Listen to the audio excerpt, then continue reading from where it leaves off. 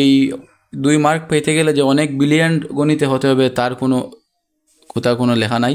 এখন যেভাবে বলছি এইভাবে যদি একটু ফলো করে রাখেন তাহলেই আশা করি যে হয়ে যাবে। এখন যেখানেই এক্স আছে সেখানেই আমরা বসাবো -1। তো এক্সের জায়গায় আমি -1 বসালাম, তো স্কোয়ার দিলাম। এখন এখানে অল স্কোয়ার দেওয়ার কারণ হলে যেহেতু মাইনাস আছে, যদি শুধু খালি 1 থাকতো ওই যে এক্সের মান, তাহলে আমরা স্কোয়ার না দিল অল স্কোয়ার মানে ওই যে ব্র্যাকেটটা না দিল হইতো। এখন যেহেতু মাইনাস আছে তো আমরা ব্র্যাকেট দিয়ে স্কোয়ার দিলাম।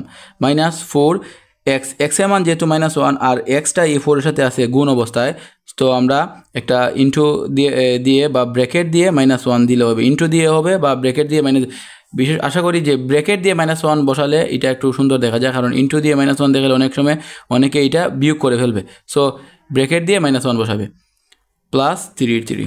এখন আবার এখানে একটা কথা আছে, সহজেই এটা শেখা যায়। যদি কোনো সময় মাইনাসের উপরে কিউব থাকে, আচ্ছা এখানে লক্ষ্য করো যে মাইনাসের উপরে যদি কিউব থাকে তাইলে উত্তরটা পড়বে